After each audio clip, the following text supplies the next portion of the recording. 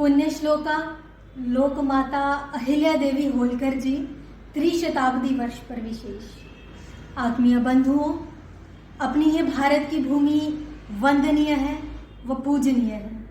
ये इसलिए पवित्र है क्योंकि स्वयं भगवान ने अपने अवतार के लिए इस स्थान को चुना। ये प्रकृति संपन्न है, उपजाऊ है और ये अपने साथ एक विस्तृत इतिहास को समेटे हुए है, एक गौरवशाली इतिहास को। हर परिप्रेक्ष्य में संपन्न व समृद्ध है मेरे भारत की भूमि। यहाँ पर रहने वाली हिंदू जाति को धरोहर में एक महान संस्कृति, एक महान परंपरा मिली है। कोई पूछे कितनी पुरानी संस्कृति? कुछ 100 वर्षों पुरानी या कुछ 1000 वर्षों पुरानी? नहीं बंधुओं, युगों युगों पुरानी हमारी सनातन संस्कृति। भारतीय परंपरा महान है तो उसका कारण इसमें साझा सहयोग है हमारे महापुरुषों एवं स्वाभिमानी स्त्रियों का, वीरांगनाओं का। हमारे इतिहास को गौरवशाली बनाने में बहनों का व बेटियों की एक ऐसी असंख्य श्रृंखला है जिसमें आज हम पुण्य श्लोका लोकमाता अहिल्या देवी होलकर जी के त्रिशताब्दी वर्ष को बहुत ही ज्यादा धूमधाम से मना रही हैं। हमारा गौरवशाली इतिहास रहा है, इसीलिए कहा जाता है यूनान मिस्र रोम सब मिट गए जहां से, अब तक मगर बाकी है नामो निशान हमारा।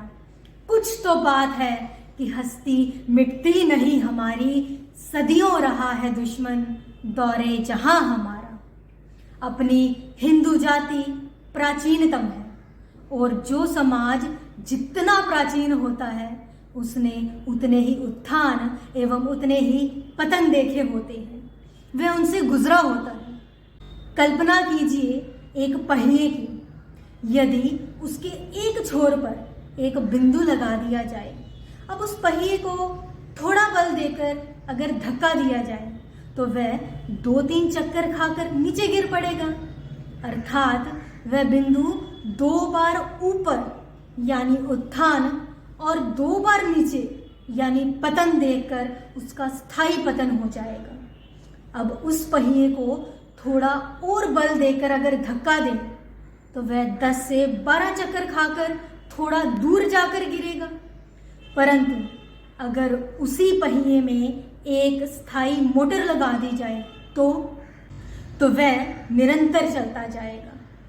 आत्मीय बंधुओं, अपनी हिंदू जाति भी इसी प्रकार उत्थान एवं पतन का सामना करते करते गिर के फिर से उठती, फिर गिरती और आगे बढ़ती गई, लेकिन इसने अपने मूल आध्यात्म को नहीं छोड़ा, अपनी जड़ों से ये अलग नहीं हुई। यहाँ समय समय पर अवतार हुए और समय समय पर आवश्यकता अनुसार सहस्त्र वर्षों तक बलिदान भी दिए गए और इस सभ्यता का प्रवाह सनातन बना रहा। आज हम ऐसी ही अवतरित देवी, भारतीय संस्कृति की समर्पित साधिका, जिसने भारत के जीवन रथ को स्थायी बल प्रदान करने का काम किया, भारत के इतिहास को स्वर्णिम दिशा में ले जाने वाली विदुषी के त्रिशताब्दी वर्ष को हम बहुत ही धूमधाम से मना रहे हैं। जन्मी एक कृषक के घर वो मानको जी अहमदनगर, करते शिव भक्ति वे दिन भर, संस्कार पड़े ये अहिल्या पर। कल्पना कीजिए एक साधारण से परिवार की। पिता कृषि व पशुपालन का काम करते हैं, संसाधनों का अभाव है, जो कुछ है वह सब भगवान का आशीर्वाद है। ऐसे साधारण पिछड़े परिवार में पले मानको जी की पुत्री थी अहिल्या। माता पिता के संस्कार और अपनी संस्कृति उनमें झलकती थी। ऐसा लगता था साक्षात माँ भगवती कन्या के रूप में अन्नदाता के घर प्रगटी हो। यह आश्चर्य की बात है कि पिताजी मानको जी ने बेटी अहिल्या को पढ़ना लिखना सिखाया, क्योंकि मुगलों की बुरी दृष्टि के कारण उस समय लोग अपनी बेटियों को घर से बाहर नहीं निकलने देते थे। परंतु मानको जी सामान्य परिवार से होने के बावजूद भी उन्होंने बेटी अहिल्या को डरना कभी नहीं सिखाया था। नियति ने हमारे भाग्य में क्या लिखा है ये पूर्व में कोई नहीं जानता। बेटी अहिल्या के जीवन में भी ऐसा ही मोड़ आया। एक दिन संध्या के समय जब वह मंदिर में भगवान शिव की आरती कर रही थी तो मालवा के राजा मल्हार राव के कानों में आरती के स्वर सुनाई पड़े। उन्होंने कहा, इतने मधुर स्वर, जैसे साक्षात मां सरस्वती आरती कर रही हो।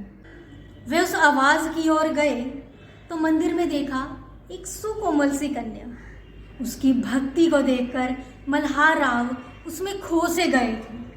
राजा के मन में ये नहीं आया कि मैं एक राज्य का राजा हूं और ये तो सामान्य कृषक की बेटी है। वे तुरंत मानको जी के यहाँ अपने पुत्र का रिश्ता उन्होंने भेज दिया और चौंडी गांव की बेटी मालवा राज्य की पुत्र वधू बन गई थी। अहिल्या के जीवन में एकदम परिवर्तन आ गया। जो कभी एक साधारण से कृषि परिवार की बेटी हुआ करती थी, अब वह मालवा की बहू बन गई थी। समय के साथ उन्होंने नई स्थिति के अनुसार स्वयं को ढाल लिया। लेकिन यहाँ हमें समझना चाहिए, ढालने का अर्थ ये नहीं है कि वह महारानी की भांति आराम या दासियों पर निर्भर हो गई, अपितु साधारण अपने कर्तव्य के प्रति सचेत थी महारानी। राजा मल्हार राव को शासन करता देख देवी अहिल्या ने उनसे बहुत सारी चीजें सीखी। क्योंकि स्वयं वह एक साधारण कृषक परिवार से थी तो वह प्रजा की जरूरतों को, उनकी आवश्यकताओं को बहुत ही गहराई से समझती थी। यही कारण था कि आगे चलकर वह एक आदर्श और कुशल प्रशासिका बनी थी। क्या धैर्य रहा होगा उस स्त्री का जिसने अपने पति को, अपने ससुर को, बाद में अपने पुत्र और पुत्री को भी खो दिया, पर बेचारी बन के जीवन व्यतीत ना करके एक कुशल प्रशासिका की भांति उन्होंने राज्य को चलाया। उनके शासन काल में कई सामाजिक कुरीतियां जो मुगल काल की वजह से हमारे समाज में घोली गई थी या यूं कहूं हमारे समाज में थोपी गई थी, उन्होंने उन सभी कुरीतियों पर कटाक्ष किया, जिनमें सती प्रथा और दहेज प्रथा वह सबसे प्रमुख थी। हमारी राजमाता अहिल्या देवी होलकर जी न्याय की प्रतिमूर्ति हैं। एक बार जब उनका पुत्र मालेराव रथ पर जा रहा था कि अचानक उनके रथ के सामने एक गाय का बछड़ा आ गया और वह रथ से टकराकर घायल हो गया। तड़पता तड़पता वह बछड़ा वहीं मर गया, किंतु मालेराव को पता नहीं चला और वह आगे बढ़ गए। पीछे पीछे जब देवी अहिल्या का रथ आया तो उन्होंने तड़पते हुए बछड़े को देखा। उन्होंने पूछा कि ये कैसे घायल हुआ, लेकिन डर के कारण किसी ने नहीं बताया कि युवराज के रथ से ये टकराया है। जब देवी अहिल्या को ये पता चला कि युवराज के रथ से टकराकर बछड़े की मृत्यु हो गई है, वह तुरंत राजमहल में गई। उन्होंने अपनी पुत्र वधू को बुलाया, उनको पूछा कि यदि किसी माँ के सामने उसके बच्चे को कोई उसका वध कर दे तो क्या सजा दी जानी चाहिए। तो पुत्र वधू ने तुरंत उत्तर दिया, इसकी तो केवल एक ही सजा है, इसका एक ही दंड है और वो है मृत्यु दंड। तुरंत देवी अहिल्या ने दरबार बुलाया तथा मालेराव को भी इसी तरह उन्होंने मृत्यु दंड की आज्ञा दी। हम कल्पना भी नहीं कर सकते कि अपनी कोख की परवाह किए बिना अपने पुत्र को मृत्यु दंड की सजा उन्होंने कैसे सुनाई होगी। उन्होंने सारी प्रजा, प्रत्येक पशु पक्षी को समान भाव से अपनी संतान की भांति समझा। जब कोई तैयार नहीं हुआ उस पर रथ चलाने के लिए तो वह स्वयं रथ पर सवार हो गई। सामने मालेराव के हाथ बंधे हुए थे। ज्यों ज्यों देवी अहिल्या ने रथ को आगे बढ़ाया तो उस बछड़े की मां सामने आ गई। समझिए प्रकृति के इशारे को एक मां, वह गाय जो अपने बछड़े को खो चुकी थी, वह नहीं चाहती थी कि उसी की तरह किसी और मां की भी कोख उजड़े। यहाँ से हम समझ सकते हैं कि देवी अहिल्या न्याय की प्रतिमूर्ति है। सनातन मान बिंदुओं का पुनरुत्थान, सोमनाथ का मंदिर हो, काशी विश्वनाथ जी की नींव हो, केदारनाथ व बद्रीनाथ जी के गर्म कुंड का निर्माण हो, पूरे भारत में कार्य का विस्तार उन्होंने करवाया था। बद्रीनाथ से लेकर रामेश्वरम तक और द्वारिका से लेकर पुरी तक हमारे प्राचीन धार्मिक स्थलों का उन्होंने पुनर्निर्माण करवाया था। इसी कारण से उन्हें पुण्य श्लोका की उपाधि मिली थी। एक राष्ट्र, एक संस्कृति, एक समाज का भाव उन्होंने सभी में जागृत किया। महिला सशक्तिकरण के लिए वह हमेशा तत्पर रहती थी। उन्होंने महिलाओं की सेना को तैयार किया, विधवाओं को न्याय दिलाया, उनके लिए नए कानून बनवाए, विधवाओं को पुत्र गोद लेने का उन्होंने अधिकार दिलवाया था, उनको संपत्ति पर अधिकार देवी अहिल्या ने दिलवाया। घरेलू हिंसा के खिलाफ जो कानून थे वो देवी अहिल्या ने बनवाए। राज्य की सुरक्षा की दृष्टि से देखा जाए तो उन्होंने कई प्रयास किए और एक सुरक्षित राज्य की नींव भी उन्होंने रखी थी। प्रबल युद्ध नीति उन्होंने अपने सैनिकों को सिखाई। कूटनीति में वे निपुण थे। कई युद्धों में तो उन्होंने स्वयं अपनी सेना का सफल नेतृत्व किया था। वे हाथी पर सवार होकर युद्ध करने जाया करती थी। आत्मीय बंधुओं, वर्तमान में हम 5 प्रण पर केंद्रित हैं: सामाजिक समरसता, कुटुंब प्रबोधन, पर्यावरण संरक्षण, स्व का बोध और नागरिक कर्तव्य। लेकिन अगर हम देवी अहिल्या के नेतृत्व में देखें तो ये 5 प्रण अपने समाज में उस समय बहुत ही ज़्यादा मजबूत थे। अपना समाज इन 5 पहलुओं पर सशक्त था। देवी अहिल्या सामाजिक समरसता की पुजारिन है। उनके शासन में समरसता का भाव साफ तौर पर देखा जा सकता है।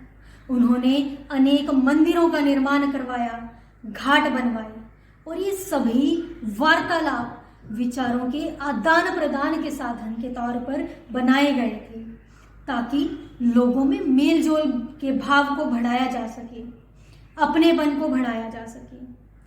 हर वर्ग, हर जाति के व्यक्ति को मंदिर में और घाट में आने की अनुमति थी। ऐसा बिल्कुल भी नहीं था कि एक वर्ग विशेष के लिए एक मंदिर या एक घाट हो, दूसरे वर्ग विशेष के लिए दूसरा मंदिर या दूसरा घाट हो, बल्कि सभी के लिए एक ही स्थान था जहां पर वे आते थे बिना किसी भेदभाव के, बिना किसी विषमताओं के, और आकर भगवान का प्रसाद वे पाते थे। समरसता का ऐसा अनूठा उदाहरण देवी अहिल्या के शासन में साफ तौर पर देखा जा सकता है। जहां तक कि स्वच्छता का कार्य करने वालों के साथ देवी अहिल्या स्वयं बैठकर भोजन किया करती थी। सोचिए कितनी आत्मीयता थी उनमें। वनों में निवास करने वाले कई जनजातीय समुदायों को ग्रामीण अंचलों में उन्होंने बसाया और कृषि के साथ जोड़ा। कुटुंब प्रबोधन की दृष्टि से भी वे दूरदृष्टा थे। जिस राज्य की संचालिका स्वयं सनातन संस्कृति की पोषक हो, उसके लिए तो सारा समाज ही कुटुंब है।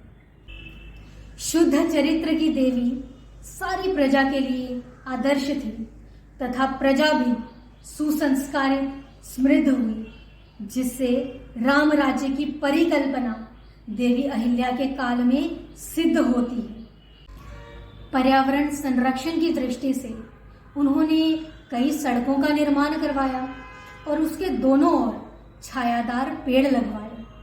पशु पक्षियों के लिए अलग से उन्होंने खेत बनवाए थे, क्योंकि वे जानती थी कि पारिस्थितिक संतुलन यानी इकोलॉजिकल बैलेंस धरती पर जीवन को जीवंत रूप देने के लिए कितना आवश्यक है।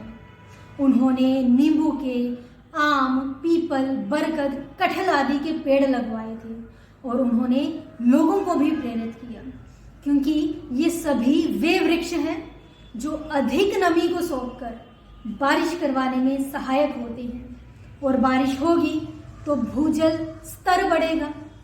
आज हम विज्ञान की जो बातें करते हैं, सोचिए लोकमाता के वैज्ञानिक दृष्टिकोण की दूरदृष्टा के बारे में।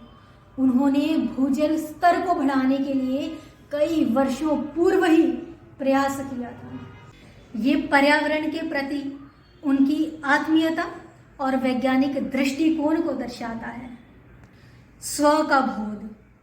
स्व के अनेक पहलू माता अहिल्या के जीवन में हम देख सकते हैं। उन्होंने स्वराज, स्वधर्म, स्वदेशी आदि को बढ़ावा देने के लिए मंदिरों का निर्माण करवाया। ये मंदिर इकोनॉमी, संस्कार, संस्कृति, ज्ञान के भंडार और भारतीय जीवन के केंद्र हैं। इन मंदिरों का आर्किटेक्चरल स्टाइल वहाँ के स्थानीय और वहाँ के क्षेत्रीय आर्किटेक्चरल स्टाइल के जैसा था, ना कि विदेशी। वेद पाठशालाओं का निर्माण उन्होंने करवाया ताकि भारत के प्राचीन ज्ञान के भंडार को, भारत के प्राचीन ज्ञान के खजानों को विद्यार्थियों तक पहुंचाया जा सके। हस्तकला को उन्होंने बहुत प्रोत्साहन दिया और उसी का वर्तमान रूप है वोकल फॉर लोकल। पारंपरिक सिलाई, बुनाई उन्होंने विशेष तौर पर महिलाओं को सिखाना शुरू किया था। नागरिक कर्तव्य। नागरिकों को वह अपनी संतान की भांति प्रेम करती थी। उन्होंने कभी भी अपनी संतान और अपनी प्रजा के बीच भेद नहीं किया। नागरिकों को उन्होंने अधिकार दिलवाए और उन्हें अधिकार दिलवाने के लिए वह सतत प्रयास करती रहती थी। शराबबंदी के लिए उन्होंने कार्य किया, खेती के लिए उन्होंने कार्य किया, नई तकनीक पर कार्य करना उन्होंने आरंभ किया था। धन संबंधित कानून सभी के लिए समान हो, ऐसा प्रयास उन्होंने किया। वे कभी भी प्रजा और अपने सगे संबंधी के बीच भेदभाव नहीं करती थी। किश्तों में कर देने का प्रावधान उन्होंने शुरू किया ताकि लोगों को सहूलियत हो सके। उनका निस्वार्थ भाव हम इस बात से देख सकते हैं कि सरकारी कोष से वह 1 रुपये का भी निजी खर्च नहीं किया करती थी, लेकिन सरकारी कार्य के लिए अपने निजी कोष से वह जरूर धन का इस्तेमाल करती थी। मैं सोचती हूँ कि स्वयं के दुखों के पहाड़ से अविचलित रहने वाली अहिल्या दूसरों को दुखी देखकर वह स्वयं भी दुखी हो जाया करती थी। अपनी आदर्श रानी को देखकर प्रजा भी अपने कर्तव्यों के प्रति जागृत हो रही थी। पर आज की युवा पीढ़ी को पथभ्रष्ट होता देखकर मैं अवश्य रोती होंगी कि भारत माँ को सर्वशक्तिमान, सर्वोपरि, सर्वसंपन्न बनाने की दिशा में प्रयास करने के बजाय हमारा युवा नशे में लिप्त होता जा रहा है, धर्म से दूर होता जा रहा है, सत्ता के लालच में भारत के टुकड़े टुकड़े करने की बात कर रहा है। इसलिए मैं आह्वान करना चाहूँगी हम सभी मैकाले के चक्रव्यूह में जो आज बुरी तरह से फंस चुके हैं, इस चक्रव्यूह से निकलने के लिए हमें अथक प्रयास करने होंगे। वरना नालंदा और तक्षशिला विश्वविद्यालय में तो केवल किताबें जली थी, पर इस मैकाले रोग से हमारी नस्लें तबाह हो जाएंगी। इसीलिए माता अहिल्याबाई का जीवन एक आदर्श जीवन की प्रतिमूर्ति है। हम मैकाले की किताबों तक सीमित ना रहें, हम अहिल्या जी के जीवन को पढ़ें और उसे व्यवहार में लाएं। वर्तमान में जहाँ सनातन विरोधी पाश्चात्य जगत की ताकतें हमारी बहनों और बेटियों को विशेष केंद्रित कर संस्कार विहीन, संस्कृति से विमुख और आधुनिकता के नाम पर अमर्यादा से पोषित कर रही हैं, उनके लिए देवी अहिल्या जी ने कई वर्षों पूर्व ही संस्कार, स्व और सभ्यता का पाठ अपने जीवन चरित्र से पढ़ा दिया है। अगर शब्दकोश में अहिल्या शब्द का अर्थ खोजा जाए तो अनेकों परिभाषाएं सामने आती हैं, पर मुझे लगता है अहिल्या यानी क्या? अहिल्या यानी त्याग, अहिल्या यानी करुणा, अहिल्या यानी धर्म, अहिल्या यानी वात्सल्य, अहिल्या यानी मर्दानी, अहिल्या यानी शौर्य, अहिल्या यानी जुनून, अहिल्या यानी सतीत्व, अहिल्या यानी गौरव, अहिल्या यानी गौरक्षक, अहिल्या यानी परम शिव भक्त, अहिल्या यानी सनातन धर्म रक्षक, अहिल्या यानी निष्ठा युक्त, अहिल्या यानी मर्यादाओं में मर्यादित, अहिल्या यानी न्याय की प्रतिमूर्ति, अहिल्या यानी पर्यावरण संरक्षक, अहिल्या यानी स्व की पुरोधा, अहिल्या यानी नागरिक कर्तव्यों के प्रति जागरूक, अहिल्या यानी सामाजिक समरसता की पुजारिन और अहिल्या यानी हिंदू हृदय सम्राज्ञी। माँ अहिल्या के लिए कहा जाता है, हे कर्म योगिनी राज्य योगिनी जय तू अहिल्या माता। और ये केवल कहने मात्र के लिए नहीं कहा जाता, बल्कि उन्होंने अपने जीवन के विभिन्न पहलुओं के माध्यम से कर्मयोगी होने का संदेश दिया है। अंत में मैं बस कहूँगी, एक अहिल्या ना होती तो काशी मथुरा ना होती, नारी सुरक्षित ना होती अगर कोई एक अहिल्या ना होती, धन घरों में कभी भी बुलंदी ना होती, इज्जत तो हमेशा हमेशा ही रोती, फिर कैसे ये जन जागृति होती अगर कोई एक अहिल्या ना होती। आत्मीय बंधुओं, देवी अहिल्या का जीवन चरित्र, उनका व्यक्तित्व समुद्र के समान है, बहुत ही ज़्यादा गहरा, जिसका कोई एक छोर नहीं है। हम उसे समय में बांध नहीं सकते, केवल उसमें समा सकते हैं, उसे अपने जीवन में ला सकते हैं।